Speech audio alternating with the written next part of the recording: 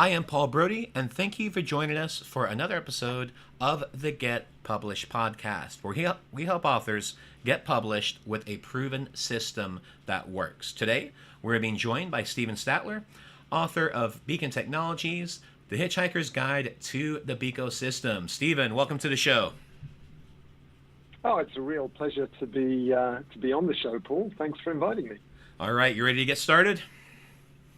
Yeah, absolutely. All right. Actually, before we get started, maybe I should chip in because a lot of people probably don't know what a Bluetooth beacon is, and that's what my book was about. And without delaying the questions that you have, let me just volunteer that Bluetooth beacons are like GPS satellites, only they work indoors, and rather than costing hundreds of millions of dollars, they cost like $20, and they're changing the way the 911 system works. They're changing the way stores engage with their shoppers, and that's something that got me excited, and that's why I wrote the book. Okay. Well, thank you for sharing that. And let's talk about the writing process. So what is the one piece of advice that you would give to a first-time author who is currently writing their book? I think the most important thing that I've learned over the last two that I've written is about establishing a clear structure. And it just makes everything so much easier, starting off with asking and answering questions like, who are you writing for? Why would they read your book? What's unique about it? And then, if you can answer those well, breaking down your idea into a series of chapters in advance of starting them and outlining the content in those chapters. And for anyone that's technical, that is listening to the podcast, it's a bit like writing a computer program where you kind of decompose the problem, break it down. And if you have that mapped out, writing it is just a process of filling in the gaps, choosing the right words, and developing the imagery that makes the ideas come alive. Okay. And what do you feel is the hardest part about getting published? Well, I think for me, there were really two things. One was just forcing myself to write the sample chapters. That in the case of getting a publisher to publish your book rather than self-publishing, you typically have to write out the structure that I alluded to before and then write some sample chapters. And so that's a lot of pressure to make sure those first three chapters are compelling. And so you can postpone it. But the great thing is once you've done it, you feel like you're off to the races and you can get going. And then the second challenging thing was agreeing a title with my publisher. I had these ideas of funny titles, and they wanted something that sold. And actually, it was a great tension and a great process that we resolved. And they basically won, and we called it Beacon Technologies. And then I got to add my whole thing about the Hitchhiker's Guide to the Ecosystem, which probably would have been a terrible title if it had been the main one. Okay.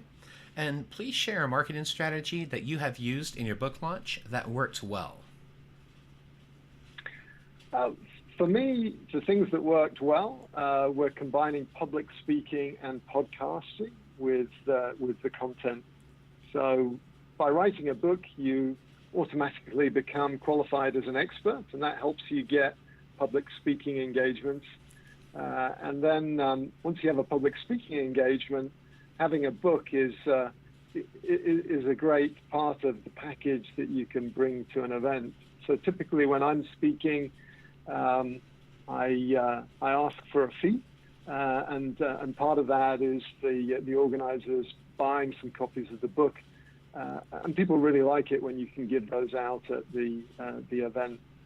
So that's, I think, a really, if you can pull it off, then it's a great way of bootstrapping the sales, and also meeting some people that are interested in your book. I'm always pleasantly surprised when I go to events and there are people there who've already read the book, and it's just a great process.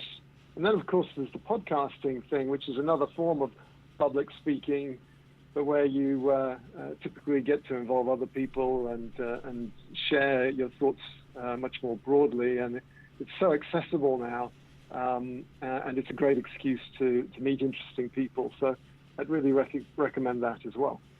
Well, you bring up two great points. One, obviously, having the book, it definitely helps make you an authority in your area of expertise. And that's one thing I always tell my clients is one of the easiest ways to become an authority is by having that book out there. Now, one thing I'd like to ask you, you mentioned that you offer your book when you speak. Now, do you offer a bulk pricing type of deal, or what do you do as an incentive to have your books sold when you're speaking?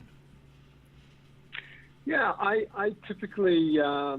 it depends on what we've agreed in terms of the numbers. So if it's just a few books to give away, then I simply point them to Amazon and get them to order it. If I'm giving a course for a lot of people, then I will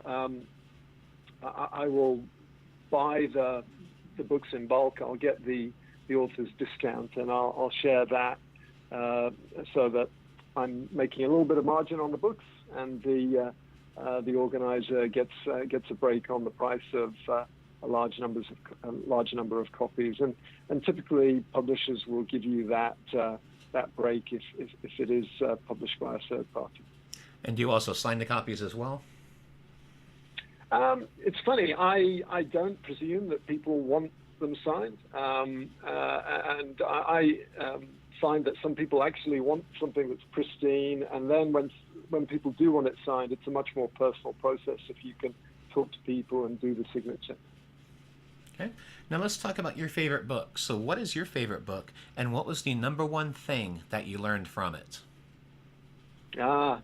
Well, this was a wonderful question to give me to mull over, and I actually thought about loads of books that I love. There were 5 that I won't go into each of them, but I just love Ken Follett's historical fiction, Robert Caro's LBJ biographies, and Winston Churchill's account, his personal memoir of going through the Second World War, which starts off with a book called Alone that has a great title. But I think more relevant to this is that the book I would actually say has meant the most to me is a very different kind of book. It was one written by a university professor, Geoffrey Moore, who I had the pleasure of meeting, and he wrote a book called Crossing the Chasm, which was all about how startup companies can be successful. And for me, it just made a dramatic impact on my career. It's been a formula that I've used, and essentially I can distill the entire book into one word, which is focus. And it's something that it's really easy to say and hard to do. But if you read it, it gives you some great models and some things that sound obvious, and then some other things that are counterintuitive, which is great for writers to kind of hook people with the familiar and then kind of surprise them. Okay. And then for our final question, what is your favorite quote and why? Well, I thought about this, and one of the quotes I love is from Ben Franklin, who came up with many, many quotes, and one of my favorites of his is, "Beer is God's way of telling us that he wants us to be happy." But again, I think a more useful one is from another incredible author, Malcolm Gladwell. And one of his books, Blink, he offers the following, which is, truly successful decision-making relies on a balance between deliberate and instinctive thinking. And you could summarize that with kind of trust your instincts, but it's really, for me, I take away a lot more than that. It's making sure that you don't abdicate by kind of going with your gut. You have to be deliberate.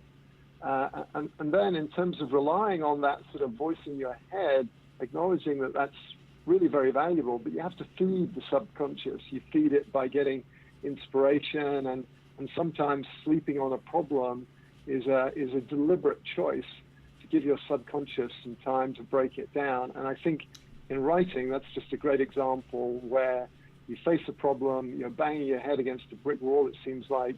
You decide you're going to sleep on it, you have a shower, you walk the dog, and then you wake up and suddenly the problem's solved. And you really didn't do anything to solve it. It was your subconscious that did it. Nice. I like that. Well, thank you for being the guest on our show today, Stephen. What is the best way for people to find you online?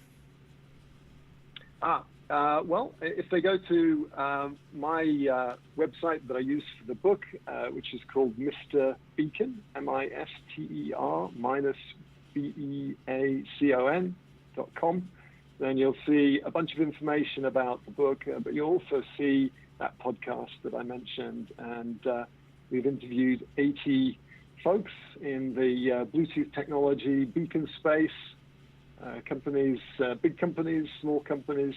And if you want to get up to speed on what's changing the way the 911 systems work and the way that Apple are doing retail, then check it out. All right, Stephen. Well, thank you once again for being a guest on our show, and I wish you all the best in your author journey ahead. Thanks for the opportunity, Paul. Thanks again for joining us today. To learn more about how to get your book published with a proven system that works, grab a free copy of my book at getpublishedpodcast.com.